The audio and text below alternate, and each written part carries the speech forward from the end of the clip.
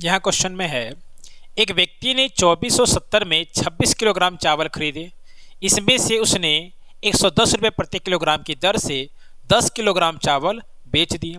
₹70 का लाभ कमाने के लिए उसे शेष चावल को किस दर पर बेचना होगा?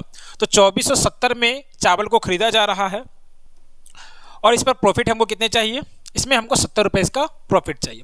तो 2470 रुपये हमारा कॉस्ट प्राइस हो गया, जिस पर प्रॉफिट हमको कितना चाहिए? 70 का चाहिए। तो इसको अगर हम जोड़ देंगे तो हमारा आ जाएगा 2540, यानी कि हमको 26 किलो चावल बेच करके 2540 रुपया चाहिए। तो यहाँ दुकानदार क्या कर रहा है? 110 रुपये के दर से 10 किलोग्राम को बेच दे रहा है। तो 110 के दर से 10 किलोग्राम को बेचने से उसको 1100 रुपया मिल जा रहा है। अब 2540 में 1100 को घटा देंगे तो हमारा हो जाएगा 1440। और क्या है, 26 किलो चावल में से 10 किलो जो है वो हमारा क्या हुआ? बिक गया है।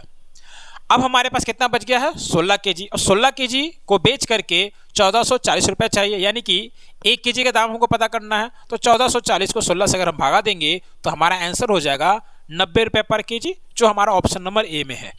यहाँ क्वेश्चन में कह रहा है, 2.5 रुपये प्रति पेंसिल की दर से पेंसिल बेचने पर विनोद को 110 रुपये का लाभ होता है। इतने ही पेंसिल 1 रुपये 75 पैसा प्रति पेंसिल की दर से बेचने से उसे 55 की हानि होगी। यहाँ पर हानि हो रहा है यानी कि -55, और यहाँ पर लाभ हो रहा है यानी कि 110 प्लस 110। तो इन दोनों का डिफरेंस अगर हम लोग देखते हैं तो कितना होता है? 165 होता है। अब 2.5 रुपये प्रति पेंसिल पर ना बेच करके हम लोग 1 रुपये 75 पैसा की दर पर बेच रहे हैं। तो इन दोनों का अंतर कितना हो जा रहा है? तो इन दोनों का अंतर हो जा रहा है 75 पैसा, यानी कि एक पेंसिल को बेचने से 75 का हम लोगों को क्या हो जाता है? लॉस हो जाता है। टोटल लॉस कितने का हो रहा है हम लोगों को? 165 का हो रहा है। तो यहाँ पर क्या करना होगा? इसको 0.75 से भागा देना होगा। दशमलव को यहाँ से हटाएंगे तो यहाँ पर क्या आ जाएगा? 100 आ जाएगा। अब 25 से 25 3 जा 75, 25 4 जा 100। अब 3 से 165 को डिवाइड करेंगे तो 3 5 जा 15 और 3 5 जा 15। अब क्या है?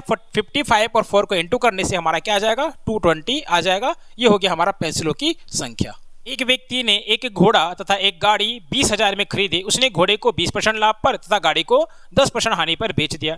इस प्रकार से उसे कुल सौदे में 2% का लाभ हुआ। घोड़े का क्रय मूल्य कितना है? तो यहाँ पर एक को हम लोग क्या कर रहे हैं? 20% के प्रॉफिट पे बेच रहे हैं। एक को क्या है? हम लोग 10% के लॉस पर बेच रहे हैं। क्योंकि 10% का लॉस है यानी कि यहाँ पर -10 हो जाएगा, और ओवरऑल हम लोगों को क्या प्रॉफिट हो रहा है? तो हम लोगों को 2% का प्रॉफिट हो रहा है। तो अब क्या करना है? इन दोनों का डिफरेंस निकालना है। तो -10 और 2 का डिफरेंस होगा 12, और 20 और 2 का डिफरेंस हो जाएगा 18। अब इसको हम कैंसिल आउट करते हैं। 6 दूना का 12, 6 तिया 18, यानी कि ये जो 2 3 निकल कर आया है ये घोड़ा और गाड़ी का क्रय मूल्य का रेशियो दिया हुआ है। तो 2 और 3 क्या हुआ? 5 हुआ, और टोटल क्रय मूल्य कितना है? 20,000 है। यानी कि 5 का वैल्यू हो गया 20,000, तो यहाँ से 1 का वैल्यू अगर हम लोग निकालेंगे तो क्या हो जाएगा? 4,000 हो जाएगा। अब यहाँ पर पूछा क्या है? तो यहाँ पर घोड़े का क्रय मूल्य पूछा है। तो घोड़े का रेशियो क्या निकल कर आया है? 2 निकल कर आया है। तो 1 का वैल्यू 4,000, तो 2 का वैल्यू 8,000, जो हमारा ऑप्शन नंबर सी में दिया हुआ है।